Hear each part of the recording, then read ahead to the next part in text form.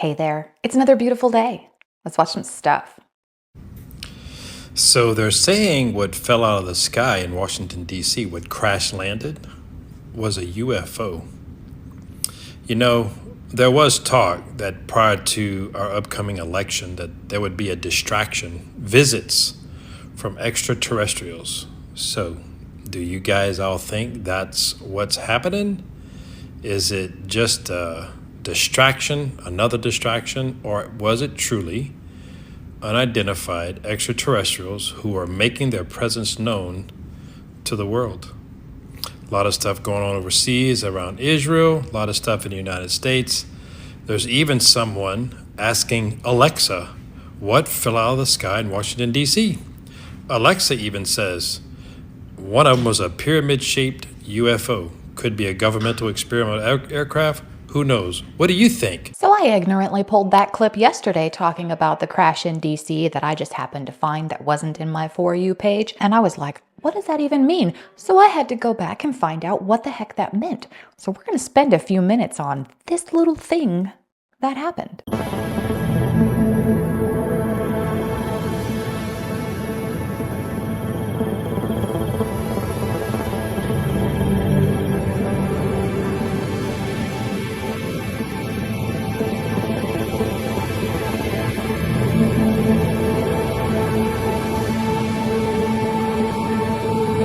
So that's the video that's been circling all over the interwebs the last couple days. Apparently, this thing was seen at 3 o'clock in the morning. It was seen from 4 different states could see it. It was huge.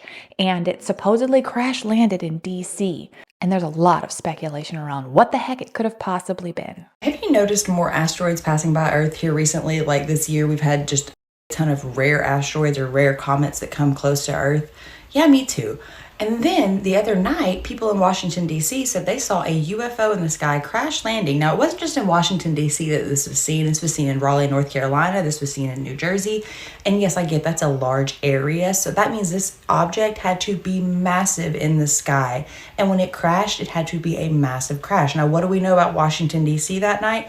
Well, it was shut down between 1 a.m. and 4 a.m. The flight space was restricted in that area. Tons of roads were shut down, and the police presence was heavy. I don't know if you've seen that video on here of the guy walking around Washington, D.C. at night, but there's blue lights everywhere, okay? But there's been no official reports on this object falling from the sky, so I can't confirm any of this. The whole situation has me thinking about Wernher von Braun and the warning that he gave to one of his coworkers, Dr. Carol Rosen. He told her that the United States would use a series of false flag operations to justify the militarization of outer space. He said they would do this in one of 4 ways. The first way being communism. That didn't work. The second way being terrorism, like wars and stuff.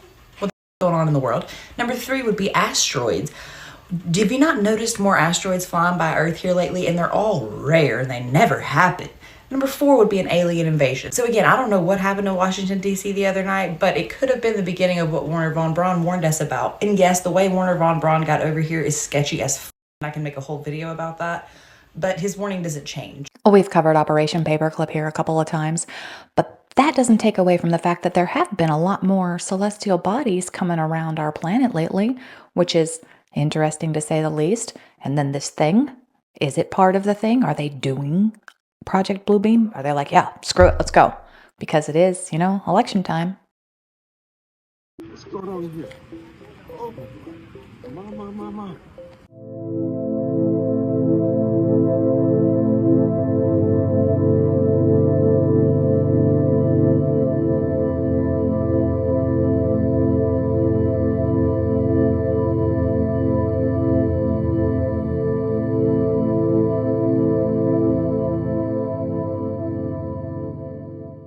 Okay, I do not know what's going on right now. I heard a noise. I come outside. There's sirens blaring, and I see this huge trail in the sky. Yes? The Capitol Hill police? Man. Everywhere, what's going on? And it's quiet, as if they're waiting for something.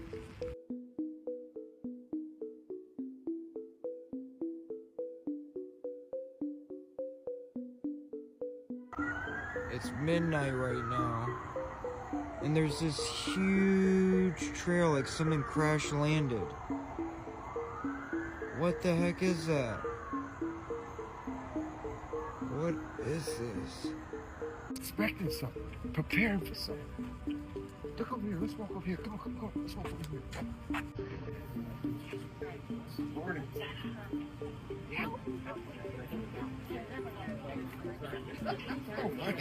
You got all this? What's going on here? Let's go. Let's turn around and look at that again, man. Turn around and look at that. Let them see this. What's going on here? Oh.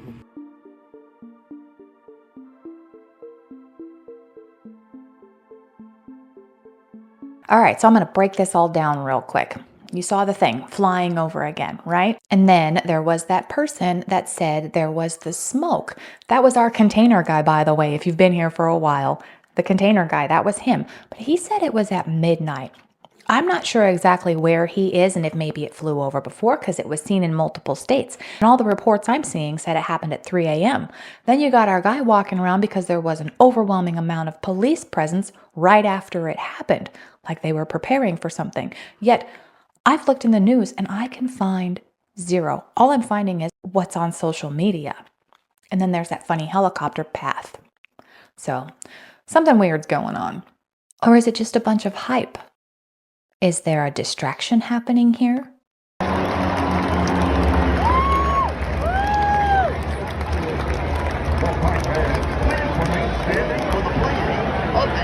That was sick, bro.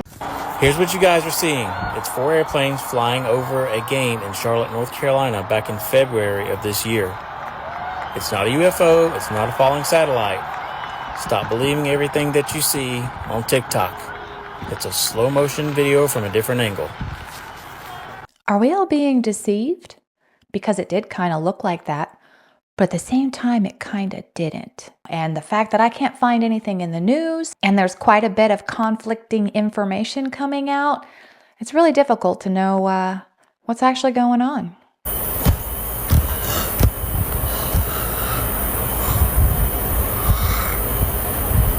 Okay, that was creepy as hell. Did you miss it? Here, watch it again.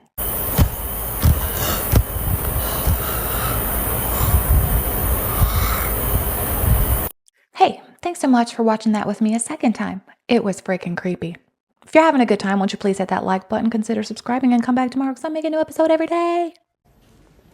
America is formally re-entering the war in West Asia. They're sending troops to Israel. At least 100 American soldiers will be deployed to Israel, and they will bring with them the THAAD missile defense system. Washington says this will boost Israel's defenses. The THAAD system will be operated by the U.S. soldiers stationed there. Listen to this. Decide to give the permission for the THAAD to be deployed in Israel? To defend Israel. The significance of this move is not lost on anyone. For the first time since Israel's war in Gaza began last year, America is deploying troops to fight with the IDF, along with the IDF. Remember, the US already has a military base in Israel, an old one located some 30 kilometers from Gaza. It has some American soldiers. We cannot confirm how many. But this is mostly used to monitor the sky for any missile attacks. That's what they use this base for. Since last month, the US started expanding its military presence. First, they stepped up troop deployment. Last month, 2,000 to 3,000 troops were sent to West Asia to various American military bases in the region. Washington has also sent more warships. As of today, there are at least 6 US warships in West Asia. If needed, all these assets can be mobilized to defend Israel. Now, by putting 100 soldiers in Israel, the US is taking a bigger step. It says this is to protect Israel from Iranian attacks. In fact, let me quote from the Pentagon. This action underscores the United States' ironclad commitment to the defense of Israel and to defend Americans in Israel from any further ballistic missile attacks by Iran. The THAAD is designed for the exact same purpose, to defend against ballistic missile attacks.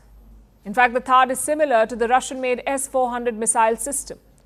One THAAD system has 6 missile launchers. They're mounted on trucks, and each system comes with 48 interceptors. An interceptor is basically a missile. It shoots down enemy missiles. Plus, the THAAD is equipped with radios and radars. This entire system is operated by a team of 95 soldiers. The Americans are sending 100. The question is, did they have to? So it's interesting.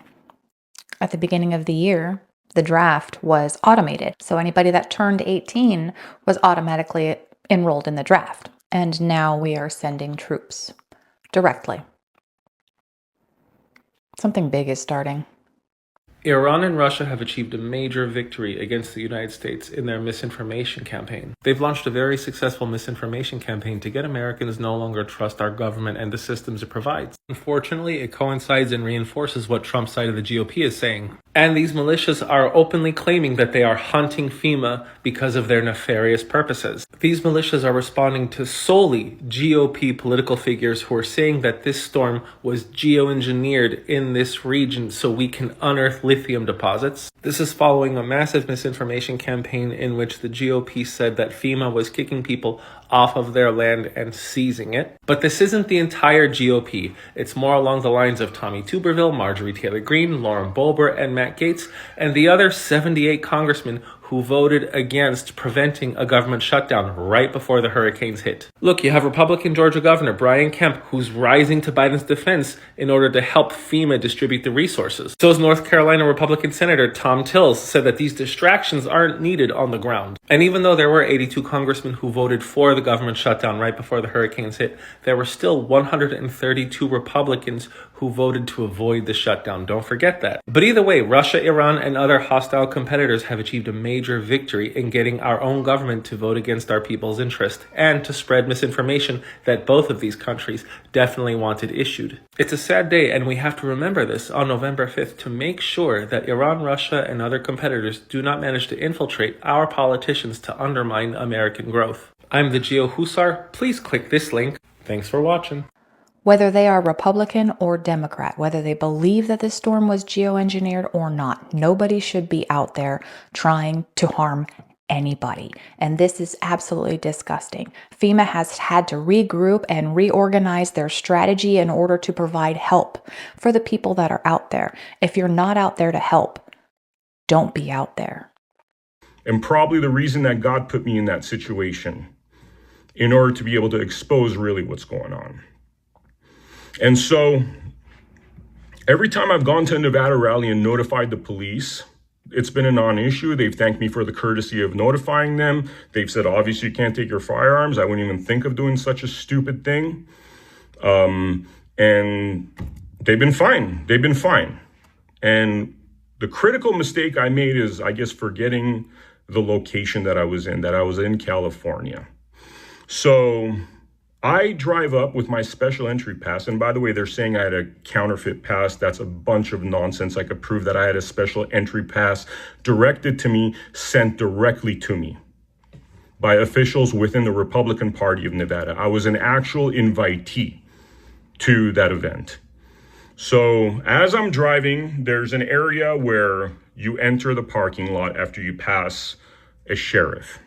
I pull up to the sheriff. I say, I should take that back. I'm not 100% sure he was a sheriff. He was wearing a sheriff vest, but a lot of those individuals were. And my assumption is that not everybody there was a sheriff. They were just trying to indicate that they worked with the sheriff's department. And so I drive up to this sheriff and I tell him that, in full transparency, I just want to let you know in the back of my truck, I got, 2 lawful firearms, purchased lawfully, registered lawfully. And I'm just letting you know that that's back there as a courtesy, which is a courtesy that I always do. That police officer asks me to pull over.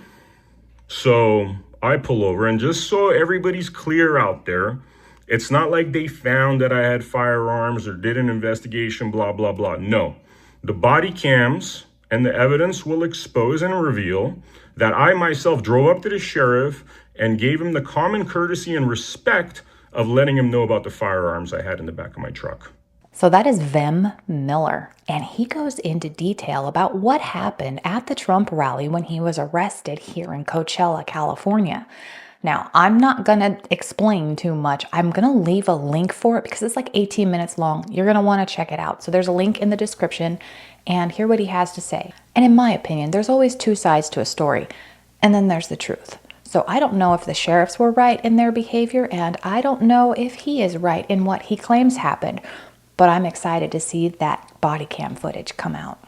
What is a skinwalker? A skinwalker is a shape-shifting demonic entity. It's essentially a Native American witch or warlock that sells their soul in exchange for immortality, the ability to take on the skin or shape-shift, oftentimes in the form of a wolf, a dire wolf, or a werewolf-like creature, but they can also take on the shape of other animals as well. It's a topic that I found the Native American community likes to stay away from. They don't like to discuss it. To even say the name Skinwalker is negative. That just goes to show how much I know, because I had zero clue that it was a Native American thing. I always thought that it was just people thinking it was demons or even aliens. But glad to know that. I had no clue.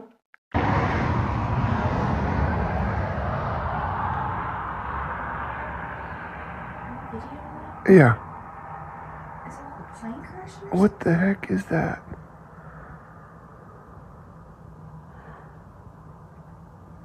That is so weird. It's like something's burning and falling out of the sky. It started at that puff of smoke to the left. It's gone. Nope, it's still falling. What the heck was that? What was that? Oh, wait, I know what it was. It was this.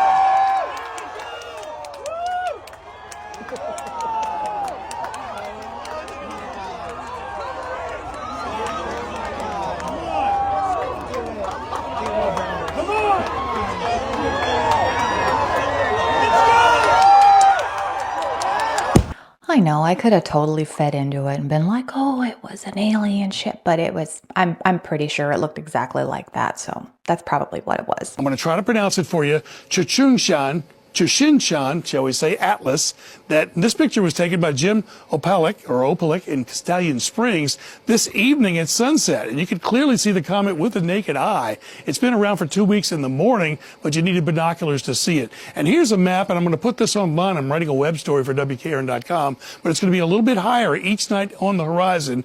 Look about 40 to 45 minutes after sunset. By October 21st, it'll be a little bit higher, but each night it'll be a little bit higher with that tail sort of pointing upwards. So something to see in the evening. Just going back to that earlier clip where there's a lot of celestial bodies that we're seeing lately, and here we have another one. It's out there, and I've heard reports that it can be seen from like the middle of the United States and north. But I've also seen that someone in Southern California saw it, so I don't know, maybe I'll have to go out and check it out. Heads up, we are currently watching two separate areas for potential tropical development. This is meteorologist Andrew Markowitz, and here's what you need to know. This is Invest 94L, which is gradually organizing out in the Atlantic Ocean. The NHC is giving this a 60% chance of developing into a tropical system over the next 7 days, and if so, it would be given the name Nadine, the 14th named storm of the season. And I know some of you may be thinking, wait a minute, is that the Hurricane Nadine that's supposed to be slamming into Florida? And the answer to that is, well, that was never a thing. This was a rumor based on two things. Number one, people who misinterpreted the map produced by the National Hurricane Center, and then number two, people who looked at the GFS model and cherry-picked an extreme run when in reality it's considered to be Fantasyland because it has a very low shot of being right. So suffice to say, there currently is no Hurricane Nadine, but this potential tropical system could end up being the real Nadine. So let's take a look at where she might go. This system will track westward over the coming days as a strong high-pressure system to the north controls the steering flow. After that, models are split, with some members recurving this harmlessly out to sea and then others continuing the due westward progression to the Lesser Antilles. In terms of intensity, intensity, several members don't have a tropical system developing at all, while the ones that do, several show potential for this to become a hurricane. We also have this area in the Western Caribbean, which is given a 20% chance of development in the next 7 days. There is a decent signal for something to develop in this region within the next 10 days, but that's not a guarantee and confidence is very low. To be clear, there is currently no concrete tropical threat to the US, but it is a reminder we still need to watch things for at least the next few weeks. For more updates on the tropics and other severe weather across the US, please give my page a follow so you can stay weather.